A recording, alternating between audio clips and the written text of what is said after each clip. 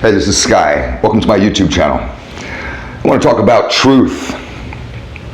But really, in truth is such a big topic. I want to talk about morality and virtue, because these are things I've been thinking about a lot. Morality and virtue. And when you think about morality and virtue, what you're really talking about is truth, right?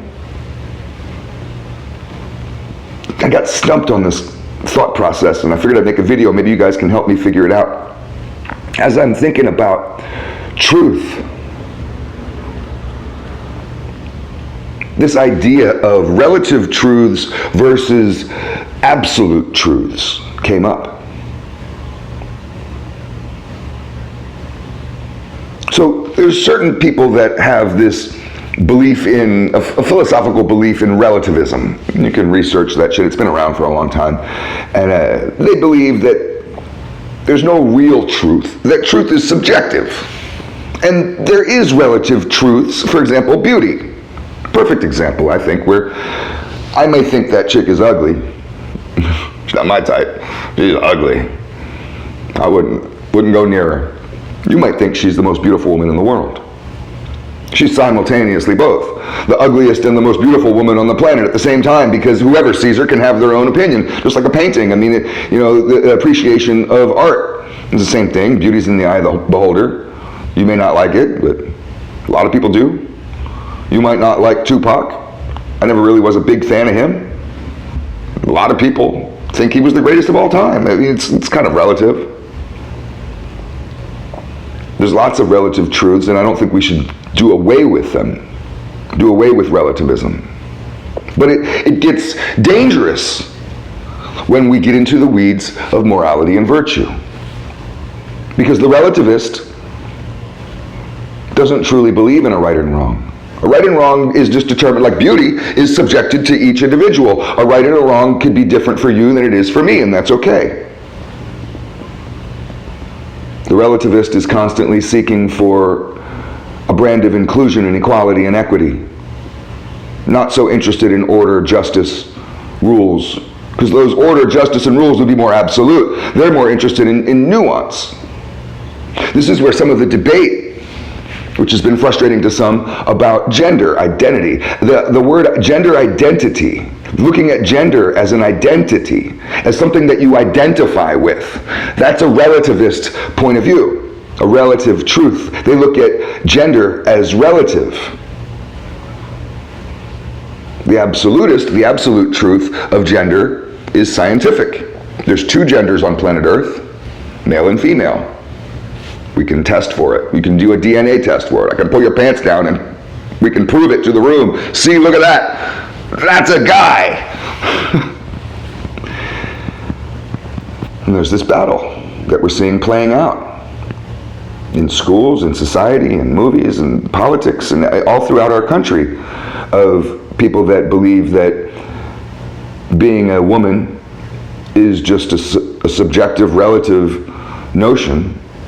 What a woman is for you is different for me and for her. It's just this vague notion. To people that believe in a scientific view of gender, there's two genders, we can prove it. There's men and there's women, period. They make babies, and that's how every goddamn creature is created. So then there's these arguments, and we can get into it with crime. Murder can be it should be an absolute truth in some respects, and religion looks at it as an absolute truth until the Crusades happen. It says thou shalt not kill, but then they'll kill if you're not a believer. So, I mean, the Catholic Church, the Pope was sponsoring these crusades. I mean, these Christian warriors going around killing motherfuckers. Their own book says, it's like really plain in there, thou shalt not kill. But they have a little relativist view on it, this loophole. Well, I can kill if there's a good reason. You probably say this thing too. I know people who are hardcore Christians. I live in the Bible Belt. I'm in the South. And I mean, I know I'm in Florida, but I'm not in Miami. I'm not in South Florida. I'm in Central Florida. This is redneck country. This is Bible country. People go to church on Sunday in this town. I know some people that are just, they carry that cross like they think they're Jesus. But they also have a house full of guns. These motherfuckers are ready to shoot. I'm not judging anybody, it's not my place. It's just funny. Because thou shalt not kill is like the first thing in their little list of rules. They're absolute truths. God said it, can't go against it. It's the way it is. Someone comes in my house or even up to my driveway, I'll blow their fucking head off. This is what half the Christians are saying. I'm not trying to put you down. I'm just pointing it out that we live in this vague world of absolute truths and relative truths. It gets really confusing when you talk about religion or politics, especially when things change. A law is a law right now that may not be a law in the future. I mean, look at marijuana. For my whole life, it was looked at as an absolute truth that drugs are bad, marijuana is a drug, and anybody who does drugs is a bad person, and period. End of conversation. That's it. We don't want to talk about it anymore. I don't care about any other thing. That's it. Shut up. That was the pot conversation growing up. At least in my life. Now, there's science behind it, there's studies, there's research, there's medical marijuana, it's legal for consumption in like 18 states. We have medical marijuana in, I think, most all the states. Times have changed. We have new information. We've learned, we've evolved. So what used to be an absolute truth, drugs are bad, marijuana is a drug, drugs are bad, is now changing. Scientists have come out and said, and I'm not so happy about this, but they're coming out with research, you can look this up, that says that LSD or psychedelics, particularly mushrooms, are a good treatment for PTSD.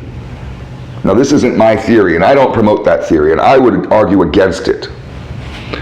But this is science, and this is changing people's beliefs about psychedelics. Now all of a sudden we can cure PTSD. 50% of all returning vets have PTSD. It's a lot of people with PTSD. Your neighbor has it. You gotta be nice to some of these vets, man. I'm serious about that. You gotta respect these guys.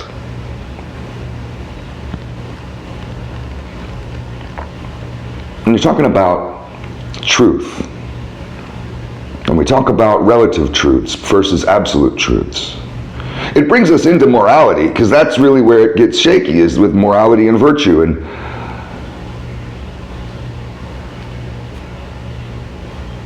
it feels like, to me, when we're talking about morality and virtue, feel free to correct me if I'm wrong, but I think that absolute truths are a healthier way to view the world when we're talking about morality and virtue. There is a place and a time for relative truths, particularly if we're both looking at a pretty girl. I get to decide what I think is pretty. You can't decide for me. These articles about who the prettiest girl in the world is, fuck you. I never agree with those articles. It's always, to me, somebody who I'm just like, yeah, I guess she's kind of cute. Not the prettiest girl in the world. That's a subjective thing. But when you're talking about what's right and what's wrong, the core of your belief system, we have to have a right and a wrong, I think. And we have to have order. There has to be rules. Society works on this. You don't think, anarchists, they don't believe in rules, right? I mean, I'm not an expert on anarchy, but that seems to be what they're all about. What would an anarchist society look like? Would they have would they have lines on the street, to designate what lane you're in? Would there be parking spaces? Would I have plot lines for the property that I own, or would a neighbor be able to just build a house in my backyard? Would there be any rules? How would you get across town? Would there be red lights and green lights at the intersections? Would there be intersections? We need an orderly society with rules that we agree upon, not enforced like a dictatorship, but we agree upon. But those rules, even if they change over hundreds of years, when we agree upon it, we all agree that this is wrong, that behavior is unacceptable, and we can all agree on that. Rape is unacceptable. We all agree that. I don't think there's anybody that's going to be like, well, there's an occasion where I think rape is probably pretty good. You can come up with a loophole for murder. You can come up with a loophole for robbery. Hey, I stole a loaf of bread to feed my starving daughter.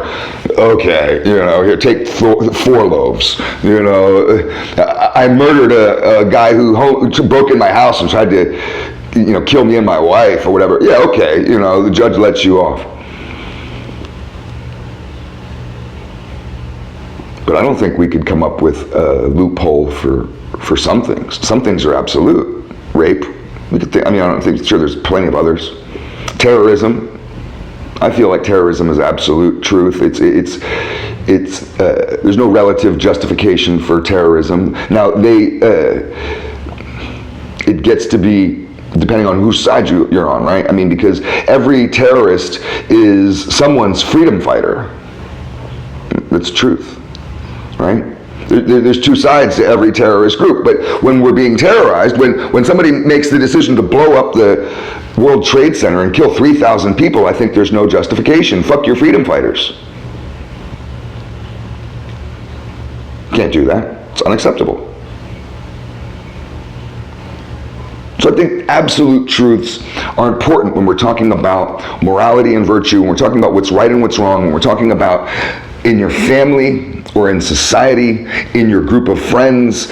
When we interact with others, I think that we have to have absolute truths when it comes down to morality and virtue. We don't all have to agree on if that flower is beautiful or if that painting is something we like or that song. There's relative truths that we can all agree to disagree on. We all have our own little taste. You like Mexican food and maybe I don't. I love Mexican food, so that's a bad example. Maybe I love it and you don't. I just had Mexican food tonight.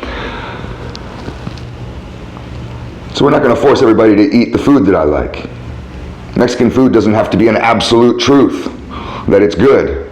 You can hate it. I love Mexicans. I love Mexican people. I lived with them. I'm down with La Raza, man. I'm down with the fucking Sureños. Fuck yeah, fucking Mexican Mafia all the way. La M.A. to my homeboys. I love them all. I love these motherfuckers. You may hate them. Let me disgust you. I don't give a fuck. This is relative truth. But we need to be able to have some absolute stuff in our lives. And the only reason, and it sounds obvious. Maybe some people are just like, yeah, so what? Okay, it's just obvious. I think that there's a lot of people in our society who have taken relativism too far, and it has infected rational sides of their brain and taken over where absolute truths used to lay, and they've replaced it with this kind of lofty, nuanced, vague view of the world, and created a relativist, or trying to create, they haven't done it yet, but trying to create a relativist utopia. We see this in some major cities, Los Angeles, New York, Chicago, where the crime rate's out of control, and it doesn't seem like they have any clue of how to stop it or any desire to stop it, just letting people out of prison. What used to be a felony is now just a minor misdemeanor. Let them all out. Why? Because of compassion. Because there's no actual absolute truth around a moral virtue. If there was, hey, sorry, I don't care what your reason was. Guess where you're going, son? You're doing some time. How much time might be the relative truth? The fact that they do the time would be the absolute truth. See, we can live in the same world, but when the relativist takes over, you see criminals being let out on the streets. Guys with 18 and 20 felonies in a 3 strikes you're out state, just walking around. I think that it's important to just understand how we look at the world so we can course correct, constant course corrections. When we're living in a world of too much absolutism, trying to impose our will upon others, we have to check ourselves and ask, is this an absolute truth, or is this just some kind of bullshit that I'm on? This is just my little trip, and I'm trying to be a dictator and force everybody to do what I want. Or the other way, is there an absolute truth an absolute moral virtue, a right and a wrong, that you should stay true to, and not be manipulated or swayed in these weird directions when you're talking to others or watching the news, people that might have an agenda, that they themselves might be manipulated, and now they're operatives. You know what an operative is? Somebody insidiously working for an agenda for someone else to spread a belief system or some kind of program, you know. I mean, there's a lot of operatives out there. And we have to be careful of what direction we're led in.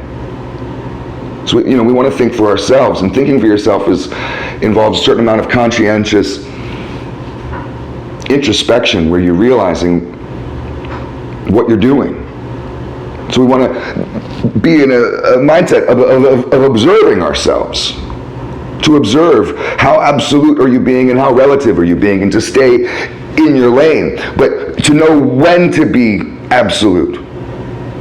And I'll end it here. When you're absolute is when we're talking about moral virtue.